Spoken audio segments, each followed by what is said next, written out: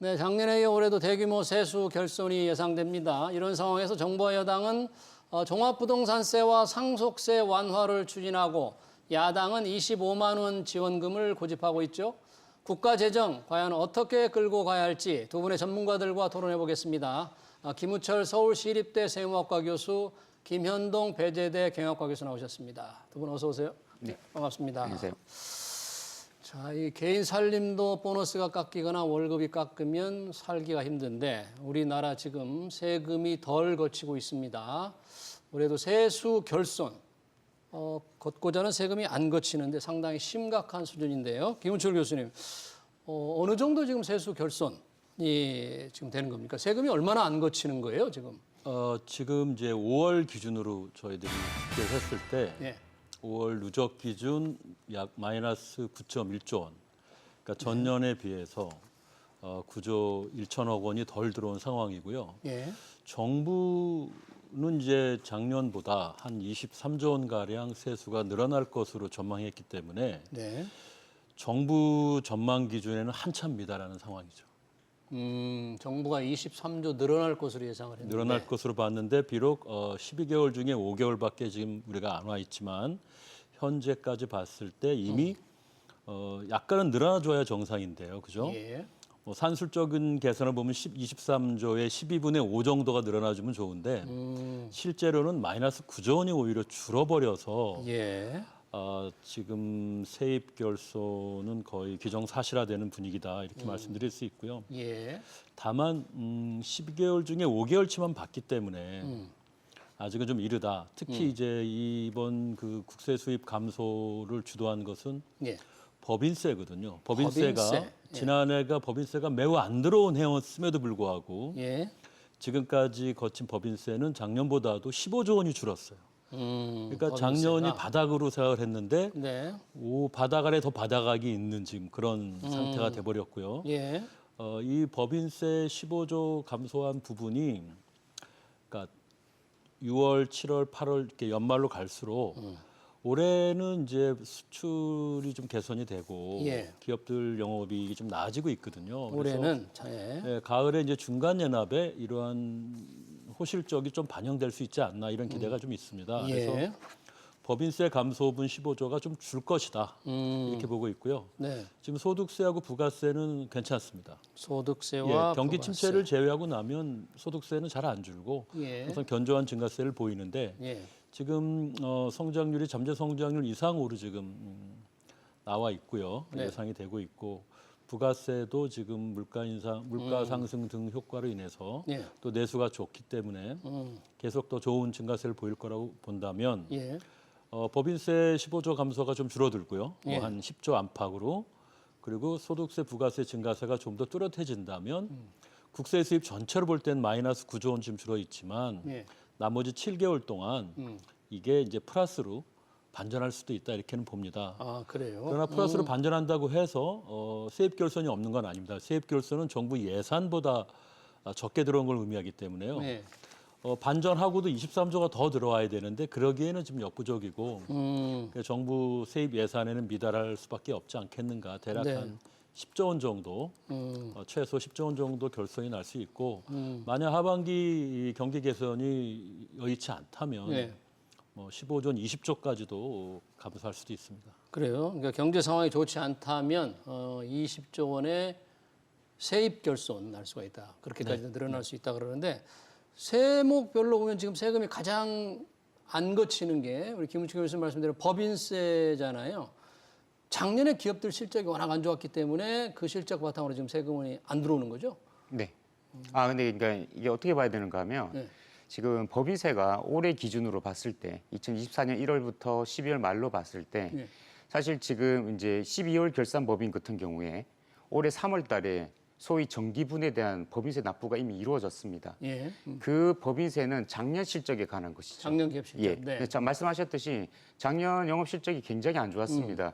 코스피랑 코스닥에 상장된 기업 같은 경우에 2022년 대비 한 40에서 45%가 급감을 했거든요. 네. 그럼 이제 포인트가 뭔가 하면 올해 지금 기업들 실적이 좀 좋아지면 올해 세수에 좀 긍정적인 영향을 미칠 수 있느냐 지금 그게 올해 지금 실적이 궁금한 좋으니까. 점인데. 예, 네. 예. 근데 문제는 뭔가 하면 아까도 말씀드렸지만 올해 실적에 대한 기본적인 세금 납부는 내년 3월 달에 이루어지게 됩니다. 네. 그러니까 올해 세수에 크게 영향을 미칠 수 있는 건 없다라는 거죠. 다만 중간 예납세액이라는 게 있어가지고 예. 말 그대로 중간에 좀 미리 세금을 납부하는 게 있습니다. 올해 실적에 대한 내년에 낼 세금을 올해 중간에 미리 낸다. 예, 6개월분을 미리 내는 미리 겁니다. 낸다. 미리 내는 건데 예. 이게 방식이 사실 두 가지가 있습니다. 예. 작년에 냈던 세금의 50%를 내는 방식과 아, 그다음에 상반기에 대한 가결산을 해가지고 거기에 대해서 세금을 내는 방식이 있습니다. 네. 그럼 기업들이 두 가지 중에서 이제 선택을 할 수가 있는 거거든요. 선택을. 예. 근데 이제 기업들이 뭔가 하면 기본적으로 내년에 어차피 세금을 내긴 내더라도 올해 낼 세금은 좀 적게 내려고 하겠죠.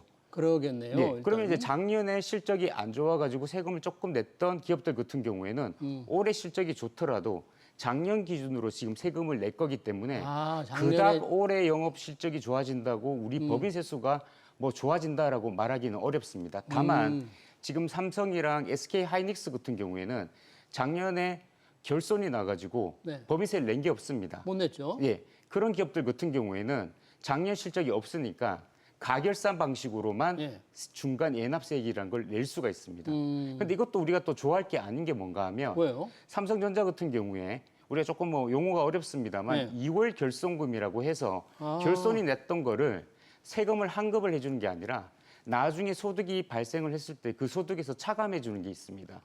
그게 지금 9천억 정도 남아 있습니다. 9천억. 예. 그다음에 이제 또 공제받지 못한 세액 공제가 있어요. 예. 그게 한 6조 4천억 정도가 있습니다. 그리고 또 올해 적용받을 세액 공제가 있겠죠. 예. 그럼 이런 것들을 다 끌어가지고 중간 예납세 계산할 때 쓸 수 있습니다. 아, 물론 이제 최저 한세라는 게 있어가지고 예. 최소한 내야 되는 세금이라는 게 있긴 있습니다만 그래서 정리를 하면 올해 뭐 예를 들어서 삼성전자가 실적이 좋아져가지고 네. 그럼 법인세가 좀 많이 늘지 않겠냐? 물론 일부 기여를 할 수 있습니다만 그 영향은 지극히 제한적이다. 그래서 저는 개인적으로 이 중간 예납세액이 이제 보통 6개월 끝나고 난 다음에 종료 기준으로 2개월 그러니까 올해 8월 달에 납부하게 돼 있는데 저는 법인세 수가 그렇게 늘 거라고 저는 보고 있지는 않습니다. 네, 이제 중간 예납을 내년 내야 될 세금을 8월에 미리 좀 내는 건데 작년에 이제 결손이 손실이 났기 때문에 그에 따라서 내야 될 세금을 못 냈다. 그러면 올해 낼 세금을 조금 그거를 이제 공제를 해준다 그런 얘기잖아요. 네네. 그러니까 뭐 늘지 않을 수도 있다. 안 늘어나면 아무튼 세수 결손은 더 커지는데 지금 올 한 해 전체적인 세수 결손 규모를 대략 아까 10조 원 정도로 추산한다는 네, 최소 그런 10조 원에서 최소 10조 원 정도? 많으면 이제 15조, 20조까지도 갈 수는 있는데 예. 그런 상황은 발생하지 않기를 바라죠.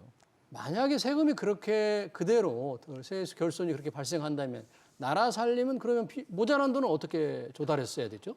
상당히 이제 어려운 대목입니다. 이게 네. 결손 규모가 10조 원 이상이면 저희가 대규모로 볼 수는 있는데 지금 연초에 특히 선거를 앞두고 경기 부양 차원에서 재정의 조기 집행을 많이 했거든요. 네. 1, 4분기에 재정 투입을 많이 했습니다. 근데 이제 세금이 이렇게 천천히 적게 들어오니까 불가피하게 일부는 이제 하는 차입을 했을 것이고 한국은행에서 예, 빌리고요. 정부가 따로 현금을 갖고 있지는 않으니까요. 예. 예. 그 상당히 어려웠을 것인데 문제는 하는 차입은 아주 단기라 예. 결국 올해 세금이 들어오는 걸 갖고 이제 갚고 해야 되는데 세금이 연말까지도 이렇게 결손이 난다면 그 결손 부분만큼은 이제 재정 집행이 결과적으로 어려워지는 상황이 되는 거죠. 그러나 예. 예산에서 정한 사업을 또 안 할 수는 없는 것이기 때문에 정부로서는 불가피하게 부족한 재원을 이제 다른 방법으로 보충을 할 겁니다. 어떻게 보충? 작년 같은 경우처럼 일종의 이제 여유 기금, 기금의 여유분에서 조달하는 방법이 있는데요. 아마 예. 이 방법을 1차적으로 고민을 할 것 같고요. 작년에도 뭐 외국환 평형 기금의 예, 그건 아주 여유가 예외적인 조치고 예, 예외적인 그건 일반적으로 재정 투입 목적으로 활용하는 재원은 아닌데요.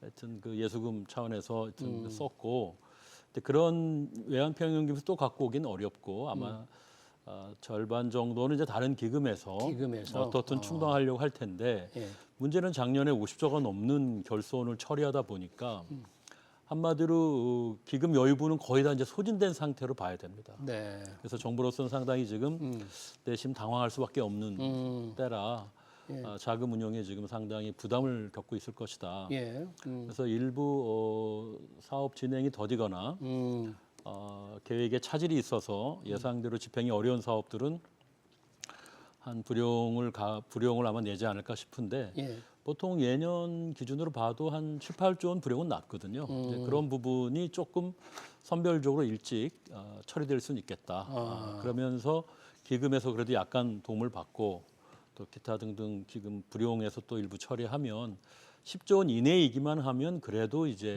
정부 해결 가능한데 아까 말씀드린 것처럼 15조 이상 20조까지 만약 자금이 부족해지면 그때는 국채 추가 발행이 불가피합니다. 아, 채권을 발행해야 된다. 근데 국채를 발행하려면 국회 동의가 필요하고 네. 그러려면 추경이라는 추가 경정 예산 형식을 빌어서 국채 발행을 이제 신청을 해야 되는데 지금 여야 간에 이 추경에 대한 입장이 완전히 다릅니다. 네. 특히 야당은 오히려 지출을 늘려라라는 이제 추경을 염두에 두고 있기 때문에 지금 기재부로서는 작년에도 그랬지만 올해도 여전히 추경을 피하려고 할 것 같아요. 그래서 예. 국채 발행이 어렵다는 점이 또 현실적인 난관에 처하게 만드는 이유죠. 그럼 지금 현재 세수 결손이 뭐 올해 전체적으로 한데 최소 10조 조금 더 늘어낼 수도 있다는 게 우리 김은철 교수님의 이제 그 전망인데 그럴 경우에 과연 어떻게 조달할 거냐, 부족한 돈을 어떻게 쓸 거냐, 뭐 기금에서 조금 땡겨 쓰는 방법, 또 어차피 예산의 일부를 못 쓰게 되는 쪽으로 결론이 나는 경우도 있으니까 그걸 미리 이제 좀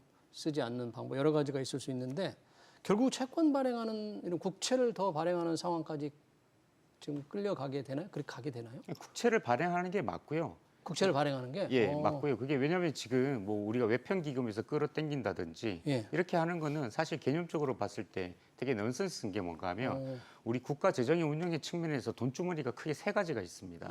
예. 그래서 국세 수입이 있고 세액 수입이 있고 기금이라는 게 있는데 이 국세 수입에서 지금 소위 말하는 펑크가 나니까 네. 다른 돈주머니에서 지금 끌고 온 거거든요. 네. 그런데 저희 중앙정부 총수입 측면에서 보면 결국 총합은 변동이 없는 거죠. 그러니까 별 의미가 없는 겁니다. 아, 여러 기금에서 끌어 쓰는 예, 거는 끌어 쓰는 큰 것도 별 없다. 의미가 없는 거. 당장 예. 이제 이쪽 주머니에 지금 어떻게 보면 구멍이 났으니까 이쪽에서 땡겨 쓴 거고. 그러니까 궁극적으로 보자면 이제 국채를 발행을 해야 되는데 지금까지는 지금 어떻게 해왔는가 하면 한국은행으로부터 단기 일시 차입을 하거나 네. 재정증권이라고 해가지고 만기가 1년 이내 되는 네. 그런 증권을 지금 발행을 했었습니다. 지금 근데 한국은행이 지금 우리 1분기에 지금 올해 1분기에 지금 끌어다 쓴 게 45조나 차입을 했어요. 정부 한국은행에서 예, 끌어당긴 것만 1월부터 3월 달까지만. 네. 예. 그래서 지금 이자만 지금 거의 640억 정도 지금 또 발생한 상태고요.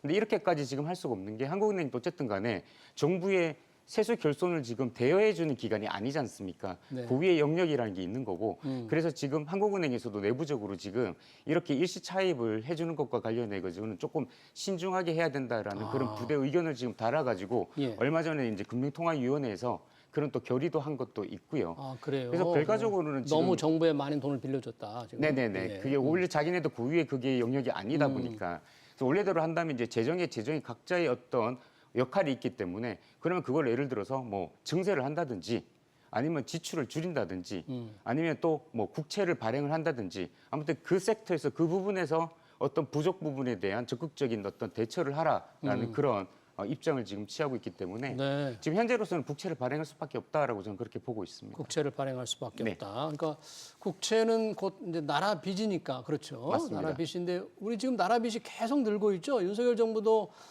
좀 나라 빚을 조금 통제하려고 노력을 해왔는데 저 전 정부의 나라 빚이 늘었다고 비판을 했지만 윤석열 정부에서도 계속 늘었잖아요.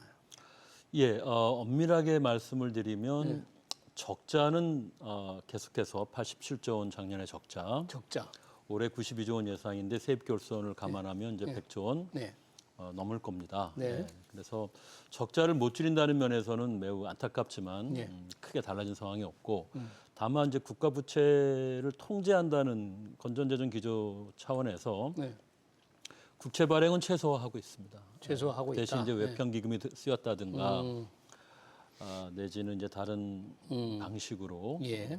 또 부채를 줄이고 해서 부채 증가율은 조금 통제는 됐습니다. 부채 그래서 증가율은 GDP 대비 채무 증가 그 퍼센티지를 예. 보면 조금 그래도 통제는 되고 있습니다. 이렇게 지금 나라 세수 결손이 되면 우선 이렇게 가정도 돈이 덜 들어오면 다른 곳에서 좀 융통을 하다가 그 한계에 부닥치면 뭔가 씀씀이를 줄여야 되는데 지금 이 정부도 지출을 조금 더 지금 줄여야 할 상황입니까? 아니면 줄여서는 안 되고 빚을 더 내서 더 써야 될 상황입니까 지금?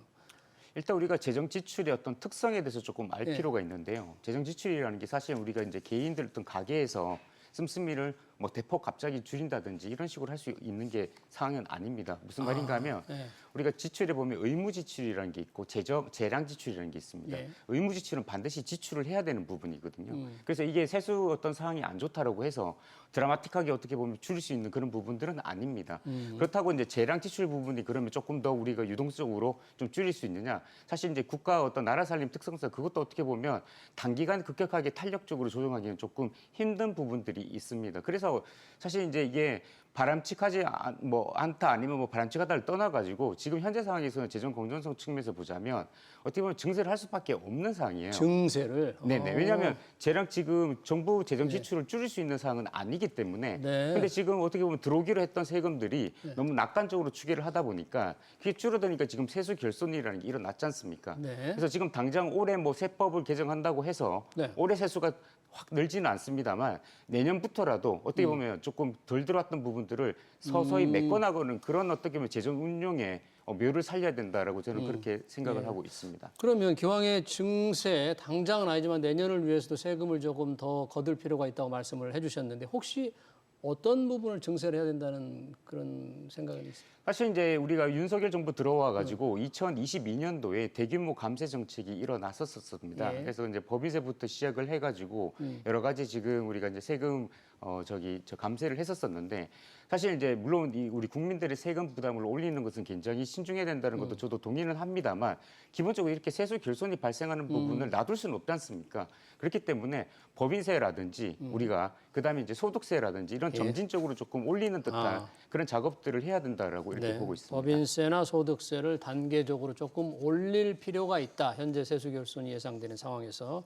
그런데 정부는 지금 확정하진 않았습니다만 종합부동산세를 뭐 폐지하거나 또는 완화하자, 상속세 부담이 너무 무거워서 완화하자 이런 이제 정책을 곧 발표할 예정인데 이른바 이제 감세 법안을 추진하겠다는 거잖아요. 그럼 지금 같은 나라 세수 결손이 되는 상황에서 감세 법안 과연 뭐 탄력을 좀 받을 수 있을까요? 일각에서는 지금 세금을 올려야 된다는 주장까지 나오는데.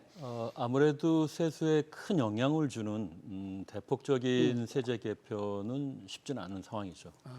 그래서 종부세를 완전 폐지한다든지 상속세 최고세율을 크게 인하한다든지 하는 것들은 분명히 세수에 영향을 줄 겁니다. 그래서 그리고 또 현재 정부가 공식적으로 발표한 바에 따르면 종부세 개편안이나 상속세 개편안이 아직은 세수에 크게 영향을 주는 대목들은 현재 감지는 아직 안 되고 있습니다. 정부가 아직 구상하는 뚜껑을 열질 않았기 때문에 제 개인적인 추측으로는 1주택자 만약에 주택분 종부세에서 제외한다면 11만 명에 900억 정도거든요. 그래서 그런 건 크지는 않아요. 그리고 상속세도 유산취득세 과세 전환한다든지 또는 이제 플러스 알파로 저는 최고세율 인하는 이제 짧은 시간 안에 준비하기 힘들기 때문에 공제 기준 상향 정도 들어갈 거다. 네. 이렇게 본다면 이걸 대규모 감세다 이렇게 말할 필요는 없습니다. 그거는 이제 많아야 1조 원 안팎의 어떤 세수 효과가 아닐까 이렇게 추정되기 때문에 그거는 이제 감세가 가능하겠느냐라는 질문 자체가 조금 아직은 좀 성급하다.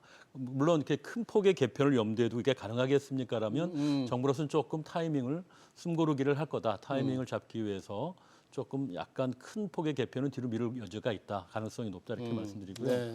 한 가지 더 이번 정부에서 대규모 감세는 사실은 없었습니다. 법인세율을 1%포인트 인하한 거를 우리가 대규모 감세로 부르지는 않아요.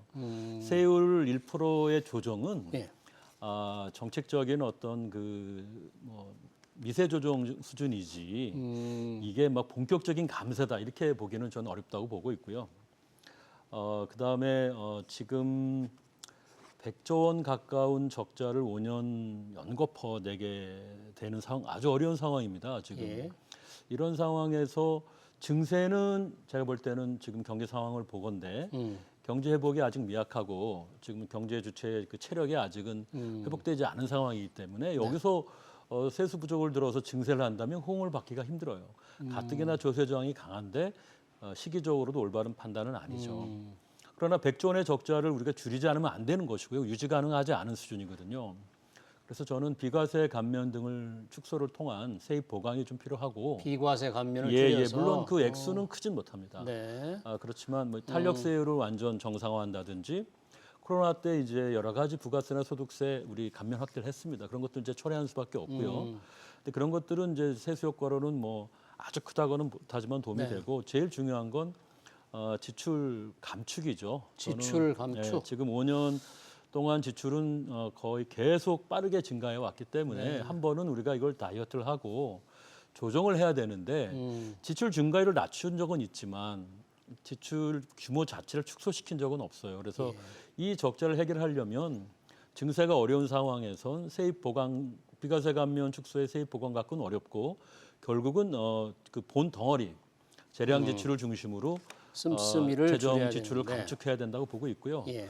지금 경기가 어렵지만 한은이 아직 그 고금리를 유지하고 있기 때문에 본격적인 재정을 통한 경기 부양은 정책 타이밍상 옳지 않습니다. 지금은 경기 부양 아직은 조금 타이밍이 더 아니다 그런 예, 얘기예요? 아직은 조금 더 총수요 관리 정책을 펴야 되고 네. 그리고 다행히 지금 상반기부터 우리 내수가 좀 회복이 되고 수출이 좋아서 성장률이 지금 잠재 성장률 이상으로 지금 나올 걸로 예상이 되고 있어요. 2.67%. 예.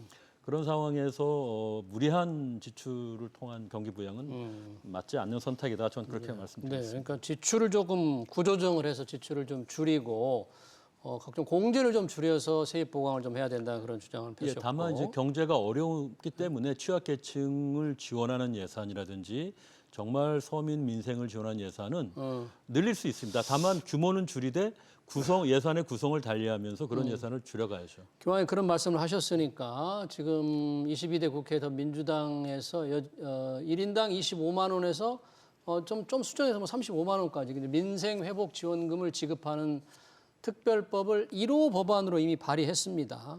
관련해서 어제 민주당의 안도걸 의원이 이 추가 경정 예산 편성 요건을 조금 완화하자. 그래서 이 민생회복지원금을 좀 뒷받침하자 이런 의견을 냈습니다. 이 추가 경정 예산 편성 요건을 어떻게 완화하자는 그런 주장인가요? 안도걸 의원은? 지금 이제 우리 국가재정법상 이게 추가 경정 예산을 지금 짜려고 그랬을 때는 좀 약간 뭐 이제 쉽게 이야기하자면 국가 어떤 비상 상황 뭐 이런 식으로 해서 요건이 굉장히 좁습니다. 이걸 좁는데 사실 이 민생 회복 지원금과 관련해서 지급을 했을 때 이 추가 경정 예산안을 짜기 위한 어떤 법적 근거가 조금 논란이 있었습니다. 그래서 이 민생 회복 지원금을 지급하기 위한 국가재정법에 그 추가 경정 예산의 요건을 마련하기 위한 측면에서 물론 이제 뭐 딱 여기만 타겟팅만 됐다라고 말하기 그렇습니다만 민생이나 어떤 좀 약간 급격한 어떤 취약계층을 위한 그런 재정 지출을 위한 추가 경정 예산의 요건을 이제 추가적으로 집어넣는 그런 개정안이 발의가 됐습니다. 혹시 그런 개정안을 발의했는데 안도걸 의원이 했는데 그런 취지나 이런 데는 좀 바람직하다고 보십니까? 지금 상황에서? 지금 이제 일단 관련 법안이 아까 말씀하셨듯이 발의가 됐고 오늘 이제 오전에 보니까 제가 보니 행안위에 지금 우리가 상정이 되었더라고요. 이제 논의는 지금 이제 다음 우리 의사 일정 때 하는 걸로 지금 이렇게 지금 나와 있는데 지금 1인당 25만 원으로 하면 우리 전 국민으로 일단 대상을 하고 있습니다. 그럼 금액 규모가 한 13조 정도가 됩니다. 13조 정도 되는데 일단 이제 뭐 많이 이제 걱정하시는 분들은 뭔가 하면 이렇게 그냥 어떻게 보면 국민들에게 용돈식으로 대규모로 뭐 선별하지 않고 살포하는 것은 좀 적절치 않다라고 이런 이제 우려가 있는 것도 사실입니다. 근데 지금 보면 우리 지금 자영업자들 같은 경우에 지금 굉장히 상황이 안 좋습니다. 그러니까 지금 우리 그 한국은행 금융안전보고서에 따르면 지금 3월 말 기준으로 대출 잔액이 한 1,050조 대 정도가 되고 있고요. 자영업자들. 예. 그다음에 취약 자영업자 같은 경우에 지금 대출금 연체율이 한 10% 정도가 나와 있습니다. 그래서 지금 현장에서는 굉장히 자영업자들이 어떤 고통을 지금 호소하고 있는 상황인데 지금 정부에서 지금 자영업자의 그 채무조정 프로그램이라고 해가지고 새 출발 기금 사업이라는 게 있습니다. 예, 그거를 올해 지금 한 30조 채무조정을 목표로 하고 있는데 이게 요건이 너무 까다로워가지고 지금 현재까지 한 3조 정도밖에 안 됐다라고 되어 있습니다. 그러니까 이제 정리를 하면 이렇게 자영업자들이 지금 어떻게 보면 되게 어떤 취약계층이 힘든 상황이 있으니까 이런 기존의 어떤 정책들이 작동을 안 하고 있으니 그러면 이 민생회복지원금이라는 걸 통해 가지고 바로 그분들에게 조금 지원해 주는 것도 저는 고려할 수 있다. 다만 여기서 이거를 국민들에게 그냥 25만 원인데 35만 원 현금 주고 마음대로 쓰라는 게 아니라 지역 화폐를 통해 가지고 그다음에 또 이게 사용 기한이 정해져 있습니다. 올해까지. 지역 화폐로? 아. 그러면 당장 이제 그쪽 어떻게 보면 자영업자들에게 그 금액들이 쏴질 수 있는 그런 효과가 있기 때문에 저는 좀 긍정적으로 이렇게 보고 있습니다. 그렇군요. 네. 우리 이제 김현동 교수는 이제 이런 민생회복지원금을 뒷받침하기 위한 추가 경정 예산 편성 요건 완화가 뭐 필요할 수 있다. 내수 진작에 좀 바람직하지 않느냐 이런 지적을 해주셨고 우리 김우철 교수님은 그 추가 경정 예산 편성 요건 완화에 대해서 어떻게 보세요? 항상 그 자영업자분들 어려운 문제가 있기 때문에 당연히 관심을 가져야죠. 그러나 우리가 정책의 어떤 효과하고 네. 그게 현실 가능성을 살펴봐야 되지 않겠습니까? 효과. 자영업자가 점차 어려운 상황에 들어오는 건 사실이지만 올해만 유독 힘들다고 보기는 어렵고요. 어떻게 보면 코로나 때가 가장 극심히 어려웠던 시기도 있었습니다만 지금 경기가 개선되는 상황에서 자영업자분들 도움을 드려야 된다는 명분으로 지금 13조 원의 현금을 25만 원씩 전 국민에 주면 그렇다는 얘기죠. 13조 원쯤 됩니다. 네. 13조 원을 현금으로 가가호 나눠준다. 근데 지금 코로나 시기에나 지역 화폐로 한다. 지금 마찬가지이죠. 거의 현금성 그 지원이기 때문에요. 일단은 이렇게 전 국민을 상대로 현금을 나눠주게 되면 그 현금이 그대로 소비 지출 연결되지가 않습니다. 저희 연구 결과에 의하면 대략 30-40% 정도만 현금 지출 증가분으로 쓰인다. 기존에 지출하던 거를 지역 상품권으로 대체 소비를 하는 거지 그만큼을 옛날에 쓴 건 그대로 현금으로 쓰고 상품권도 또 쓰는 이런 분들은 전체 가구의 30-40%밖에 안 된다고 나와 있고요. 효과가 그렇게 크지 않다. 절반만 잡는다 하더라도 자영업자 숫자가 300만, 400만 뻑하기 때문에 이걸 머릿수로 나누게 되면 그리고 또 그분들이 받는 지원금까지 쳤을 때 대략 200만 원 정도의 가처분 소득 증가를 의미할 수는 있어요. 네. 근데 폐업 위기에 놓인 이 자영업자들이 과연 200만 원으로 연명도 어렵지 이분들을 위기에서 구제해 준다? 이것은 보기에만 그럴듯한 정책이지 효과도 없고 그러니까, 아까 말씀드린 것처럼 지금 올해 적자가 100조가 넘어갈 겁니다. 결손으로. 거기에 13조가 얹혀지는 거예요. 그럼 113조 원의 적자인데 지금 재정이 감당할 재력 여유도 없고 재원도 없는데 이렇게 비효율적이고 어떻게 보면 또 취약계층이 아닌 분들에게 지금 왜 100만 원씩 집집마다 나눠줘야 되냐는 거죠. 알겠습니다. 그래서 효과를 위해서도 좀 더 집중을 해야 되고 형평성에도 맞지 않는 거죠. 네. 지금 과연 어떻게 할 것인가? 나라 세수 결손이 되고 빚은 늘어나는데 뭔가 좀 민생 회복을 위해서 돈을 좀 써야 되겠다. 그러기 위해서 추가 경정 예산 편성을 해야 되겠다. 그래서 국가재정법을 고쳐야겠다는 야당 의원의 발의에 대해서 두 분이 좀 생각이 다르신데 과연 행안위에 지금 올라가 있습니까? 이 법안이? 네, 상정됐습니다. 그럼 이제 여야 간에 좀 많은 이제 경론이 좀 벌어지겠네요. 이거 가지고. 예, 논의를 이제 거칠 것으로 알고 있습니다. 네, 어떤 식으로 결말이 될지 좀 지켜보도록 하겠습니다. 대규모 세수 결손과 나라 살림 운영 방안에 관한 토론 여기서 마치겠습니다. 지금까지 김우철 서울시립대 세무학과 교수, 김현동 배재대 경영학과 교수였습니다. 두 분 고맙습니다. 네.